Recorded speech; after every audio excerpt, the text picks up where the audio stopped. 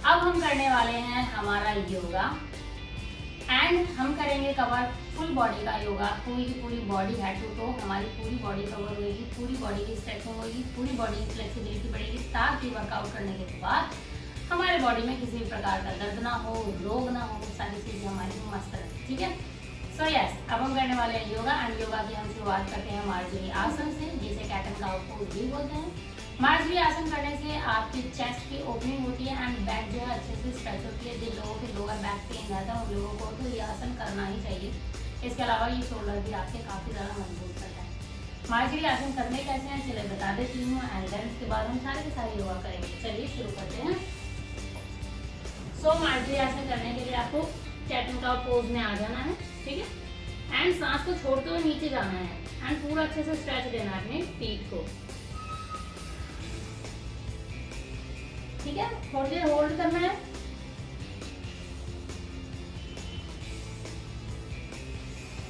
सांस भरते हुए ऊपर आना है एंड देन अच्छे से स्ट्रेच करना है पूरी कमर को। पूरी कमर अच्छे से स्ट्रेच होनी चाहिए, कमर स्टिफ नहीं होनी चाहिए। कमर अगर स्ट्रेच होगी तो ही दर्द जाएगा कमर का हर प्रकार का।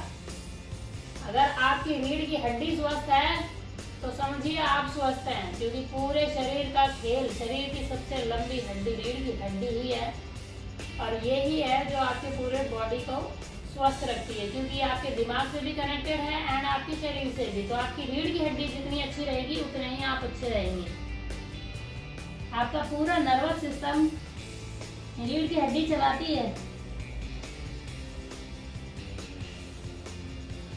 तो हमको दोनों ही आसनों में मतलब दोनों ही तरफ अच्छे से जोर देना है, ताकि हमारी फुल बॉडी की जो है अच्छे से स्ट्रेचिंग हो जाए।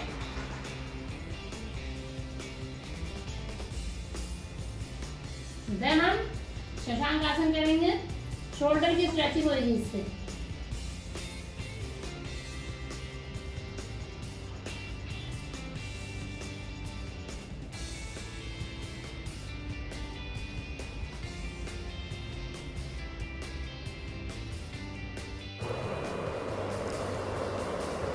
शशांक आसन करने से शोल्डर की अच्छे से स्ट्रेचिंग हो जाती है।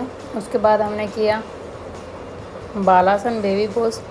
बेबी पोज करने से आपका माइंड रिलैक्स होता है, दिमागी तौर पर आपको बहुत ज़्यादा हल्का फील होता है। इसके अलावा पेट की चर्बी कम करता है, आपके शरीर के तनाव को दूर करता है, दिमाग के तनाव को भी दूर करता है।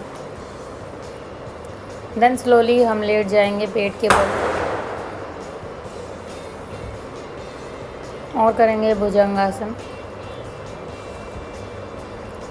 भुजंगासन जो है भुजाओं का आसन है। भुजाओं को मजबूत करता है, कलाइयों को मजबूत करता है, शोल्डर को मजबूत करता है, लोअर बैक पेन से आपको राहत दिलाता है, रीढ़ की हड्डी को आपके जवान करता है, लचीला बनाता है, कूल्हों को स्ट्रेच करता है अच्छे से।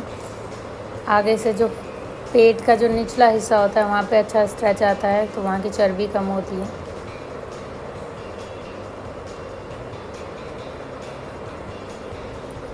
उसके बाद हम स्लोली लेट जाएंगे एंड करेंगे धनुरासन। धनुरासन करने से पेट की चर्बी कम होती है, रीढ़ की हड्डी लचीली बनती है, थाइस का फैट कम होता है एंड थाइस जो है टोन्ड होती है, शोल्डर आपके मजबूत बनते हैं, चेस्ट की ओपनिंग होती है। देन दोनों पैरों को वापस से फैला लेंगे, दोनों हाथों को अपने पेल्विक एरिया के यहाँ नीचे रखेंगे एंड देन हम करेंगे शलभासन। शलभासन करने से आपके पैर जो हैं, जिन लोगों को साइटिका का इशू है, साइटिका के इशू से राहत दिलाता है। इसके अलावा पैर की पिछली हिस्से की नसें वगैरह सारी की सारी जो हैं वो अच्छे से खुल जाती हैं। देन हमने किया विपरीत नौकासन। विपरीत नौकासन करने से रीढ़ की हड्डी लचीली बनती है, हाथ और पैर दोनों लचीले होते हैं, हाइट बढ़ाने में भी काफ़ी मददगार है यह आसन। थोड़ी देर मकरासन की स्थिति में लेटेंगे। मकरासन बॉडी को रिलैक्स करने के लिए काफ़ी ज़्यादा फ़ायदेमंद आसन है। देन उसके बाद हम करेंगे पर्वत आसन। पर्वत आसन एक पर्वत के आकार की आकृति बनती है। इस आसन को करने से फ्लैट पैर की दिक्कत ठीक हो जाती है, रीढ़ की हड्डी लंबी होती है। देन हम कर लेंगे कुंभकासन, जिसे प्लैंक पोज भी कहते हैं। कुंभकासन करने से पेट की चर्बी कम होती है, पेट आपका फ्लैट होता है, हाथ आपके स्ट्रॉन्ग होते हैं, कलाइयाँ भी आपकी स्ट्रॉन्ग होती है। इस आसन को आप चाहें तो 10 मिनट तक भी कर सकते हैं। देन हम करेंगे अष्टांगासन। अष्टांगासन करने से शोल्डर मजबूत होते हैं, एकाग्रता बढ़ती है, ध्यान लगाने में भी मदद करता है यह आसन। देन वापस से भुजंगासन करेंगे थोड़ी देर। उसके बाद हम कर लेंगे अधोमुख श्वानासन। अधोमुख श्वानासन में आपके सर को आप नीचे टच करते हैं एंड एड़ियाँ भी नीचे टच रहती हैं। इस आसन को करने से आपके शोल्डर जो हैं वो अच्छे से स्ट्रेच होते हैं, रीढ़ की हड्डी अच्छे से स्ट्रेच होती है एंड आपकी हैमस्ट्रिंग भी बहुत ज़्यादा अच्छे से खिंचती है। इसके बाद हम कर लेंगे कपोत आसन। कपोत आसन बहुत ही फ़ायदेमंद आसन है। कपोत आसन करने से आपके जिन लोगों को हनुमान आसन करना है तो ये आपको हनुमान आसन करने के लिए भी तैयार करती है। इसके अलावा कपोत आसन करने से पैरों पे अच्छा खासा स्ट्रेच आता है, पैरों के लिए बहुत ज़्यादा फ़ायदेमंद है कपोत आसन। देन हम अपने पैरों को अच्छे से स्ट्रेच कर लेंगे। पैरों की स्ट्रेचिंग बहुत ज़्यादा ज़रूरी है। देन मैंने किया एक पादराज कपोत आसन। इस आसन को करने से आपकी रीढ़ की हड्डी काफ़ी ज़्यादा मजबूत होती है, आपके ट्राइसेप की चर्बी कम होती है एंड पैर भी लचीले बनते हैं।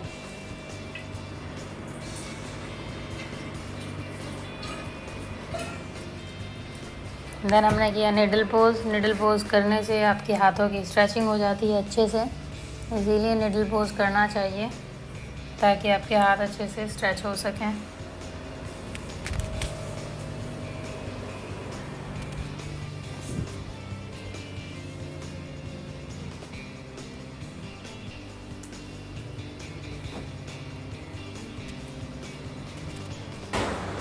नाउ सेम रिपीट कर लेंगे हम दूसरी साइड से भी।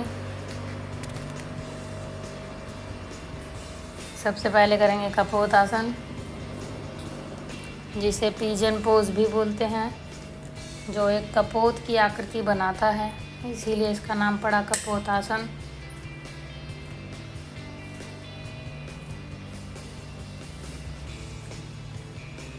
देन हम अपने पैरों को अच्छे से स्ट्रेच कर लेंगे।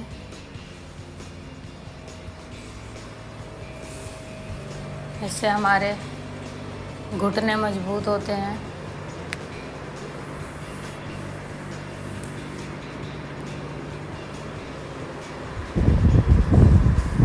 उसके बाद मैं कर लूँगी एक पादराज कपोत आसन। एक पादराज कपोत आसन करने से आपकी रीढ़ की हड्डी लचीली बनती है, मजबूत बनती है।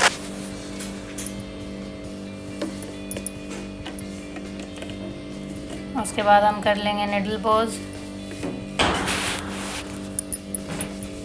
निडल पोज करने से आपके हाथों की स्ट्रेचिंग अच्छे से हो जाती है। जिन लोगों को आप अगर इस तरीके से नहीं करते हैं तो आप नॉर्मली खड़े होकर भी निडल पोज कर सकते हैं, मतलब हाथों की स्ट्रेचिंग कर सकते हैं आप नॉर्मली भी। So it's good. उसके बाद मैं बैठ जाऊंगी वज्रासन की स्थिति में। वज्रासन खाना खाने के बाद कम से कम 10 मिनट तक इस स्थिति में बैठने से खाना पचने में मदद होती है। खाना पचाने में गैस की जिन लोगों को गैस बनती है उन लोगों को फ़ायदेमंद है।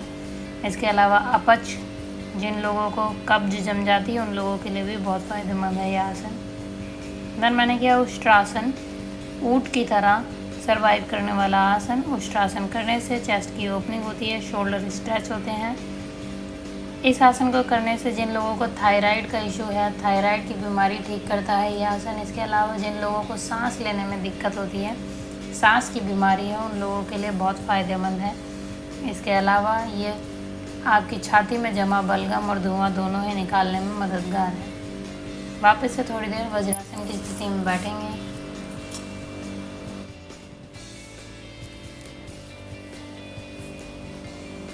इसके बाद मैं करूँगी सुप्त वज्रासन। सुप्त वज्रासन करने के लिए आपको अपने दोनों पंजों को साइड में करके कूल्हों को नीचे धरती पर टिकाना होता है, देन इस तरीके से लेटना होता है। सुप्त वज्रासन की 2 वेरिएशंस होती है। ये जो है ये मैं पहली वेरिएशन कर रही हूँ, एंड देन इसके बाद आप धड़ को नीचे रख के दोनों हाथों को अपनी थाइस पे रख सकते हैं, वो दूसरी वेरिएशन होती है। सुप्त वज्रासन करने से जिन लोगों के घुटनों में दर्द रहता है, घुटनों से संबंधित जो भी बीमारियां हैं वो दूर हो जाती हैं, घुटने आपके स्वस्थ हो जाते हैं, घुटने आपके मजबूत बनते हैं, थाइस का फैट ख़त्म होता है, एंड थाइस की टोनिंग के लिए भी बहुत ही फ़ायदेमंद है सुप्त वज्रासन।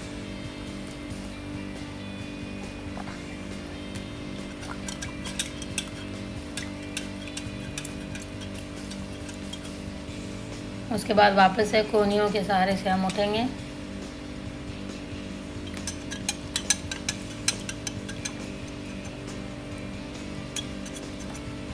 देन करेंगे दंडासन। दंडासन करने में आपको दोनों अपने पंजों को अपनी ओर खींचना होता है, दोनों हाथों की हथौलियों को धरती की ओर दबाना होता है। इस आसन को करने से बहुत फ़ायदे मिलते हैं। तनाव दूर होता है शरीर का। जिन लोगों को पैरों में दर्द रहता है उसके लिए भी फ़ायदेमंद है। इसके बाद हम पश्चिमोत्तानासन करेंगे। पश्चिमोत्तानासन पेट की चर्बी को कम करता है, गैस को दूर करता है, हैमस्ट्रिंग को खींचता है एंड तनाव मुक्त शरीर बनाता है आपका। जिन लोगों के पैरों में दर्द रहता है उनके लिए बहुत फ़ायदेमंद है ये आसन।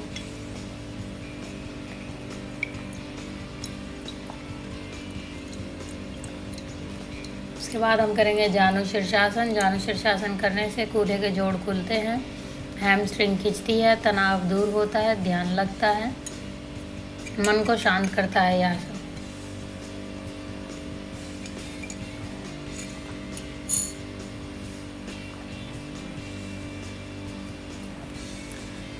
देन हम करेंगे मारीच्यासन।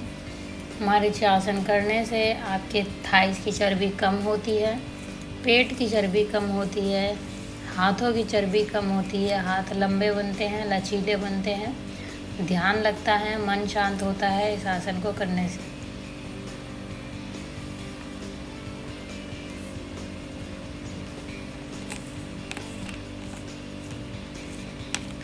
सेम रिपीट करेंगे हम दूसरी साइड से भी। सबसे पहले हम कर लेंगे अपना जानु शीर्षासन, जो आपके कूल्हे के जोड़ों को खोलता है, हैमस्ट्रिंग को खींचता है, तनाव मुक्त बनाता है आपके शरीर को।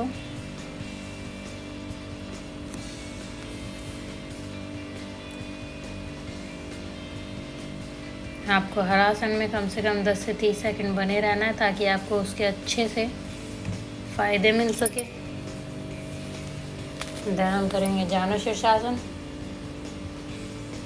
जानु शीर्षासन के बाद हम करेंगे मारीच्यासन।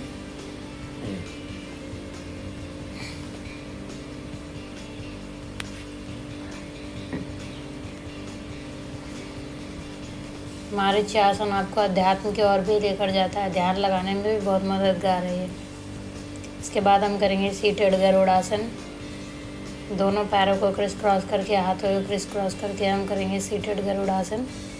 यह आपके हाथों को, पैरों को लचीला बनाता है, तनाव मुक्त बनाता है, रीढ़ की हड्डी को सीधा करता है, ध्यान लगाने में और एकाग्रता बढ़ाने में भी मददगार है ये आसन।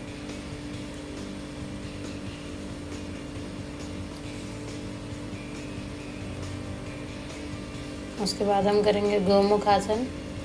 गाय के मुख की तरह दिखने वाला आसन। इस आसन को करने से पोस्चर सुधरता है, ट्राइसेप की चर्बी कम होती है, बैठने का ढंग आपका सही होता है, हाथ आपके लचीले बनते हैं, ध्यान लगाने में मददगार है यह आसन।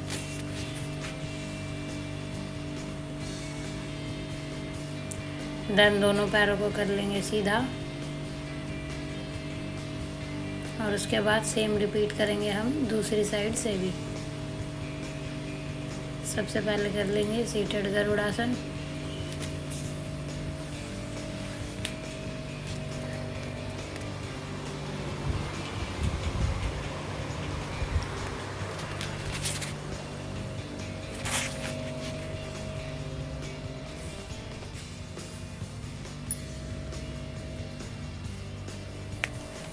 उसके बाद कर लेंगे हम गोमुख आसन।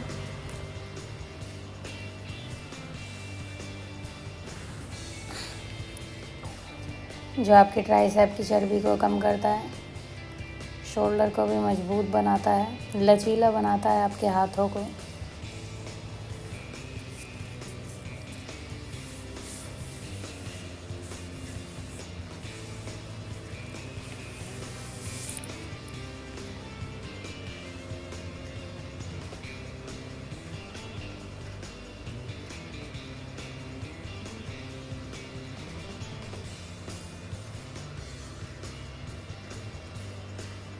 देन हम कर लेंगे तितली आसन, जिसे बटरफ्लाई पोज भी कहते हैं।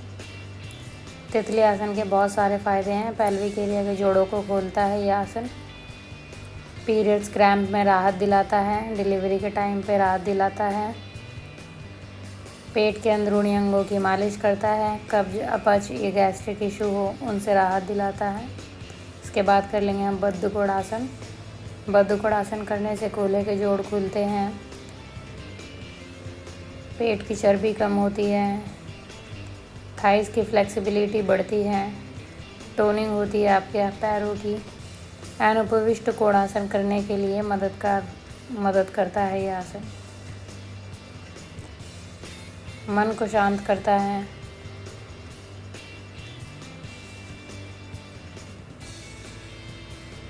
उसके बाद हम पीठ के बल लेट जाएंगे।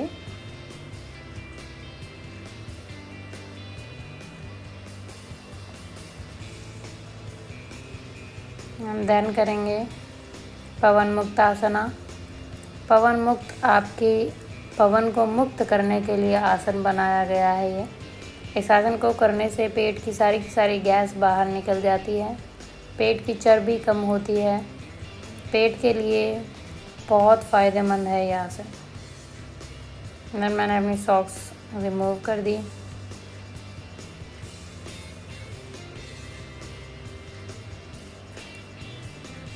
इसके बाद हम करेंगे सेतु बंधासन, जिसे ब्रिज पोज भी कहते हैं। इस आसन को करते वक्त एक ब्रिज की आकृति बनती है, इसीलिए इस आसन का नाम सेतु बंधासना पड़ा। इस आसन से थाइस की टोनिंग होती है, थाइस की फैट कम होता है, चर्बी कम होती है। देन हम करेंगे द्विपादांगुष्ठानासन स्पर्शासना। इस आसन को करने से पेट की चर्बी कम होती है, गैस्ट्रिक इशू दूर होते हैं। उसके बाद हम कर लेंगे आनंद बालासन। इस आसन को करने से डिप्रेशन की बीमारी ठीक हो जाती है।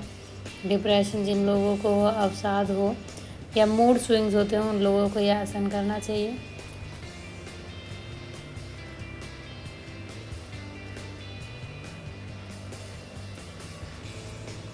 देन हम करेंगे चक्रासन। चक्रासन करने से रीढ़ की हड्डी लचीली बनती है, पेट की चर्बी कम होती है, शोल्डर स्ट्रॉन्ग होते हैं, सारा ब्लड सर्कुलेशन विपरीत दिशा में आता है, चेहरा आपका अच्छा बनता है, रीढ़ की हड्डी जवान होती है, चेहरा आपका जवान होता है, झुर्रियाँ और झाई के दाग दूर हो जाते हैं, बाल अगर सफ़ेद हो गए समय से पहले तो वो भी काले हो जाते हैं।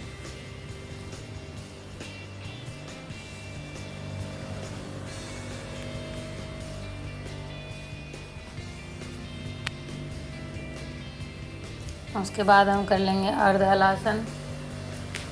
अर्ध हलासन करने से पेट के निचले हिस्से की चर्बी जो है वो कम होती है। देन करेंगे पूर्ण हलासन।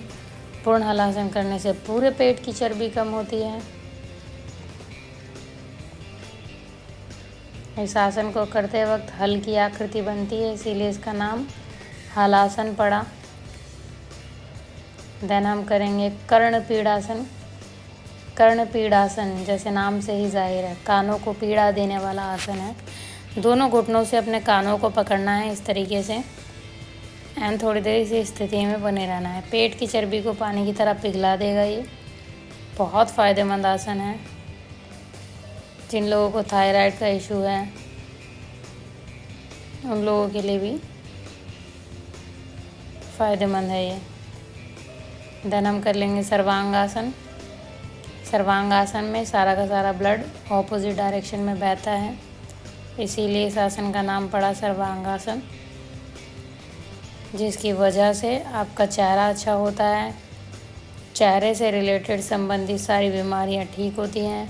झुर्रियाँ हो या झाई के दाग हो या सर का बाल हो या आपका दिल हो, आपका हार्ट हो, सब जगह पे अच्छे से ब्लड सर्कुलेशन जाता है, ब्लड फ्लो जाता है, जिसकी वजह से सारी चीज़ें स्वस्थ हो जाती हैं।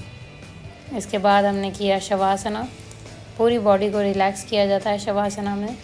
शवासन को करना बहुत ज़्यादा ज़रूरी है। सारे आसन ख़त्म करने के बाद शवासन करके बॉडी को रिलैक्स किया जाता है।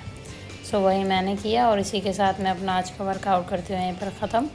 Thank you so much guys for watching my video. Stay connected. कल हम फिर मिलेंगे नए आसन और नई एक्सरसाइज के साथ। तब तक के लिए take care, have fun, bye bye and Har Har Mahadev.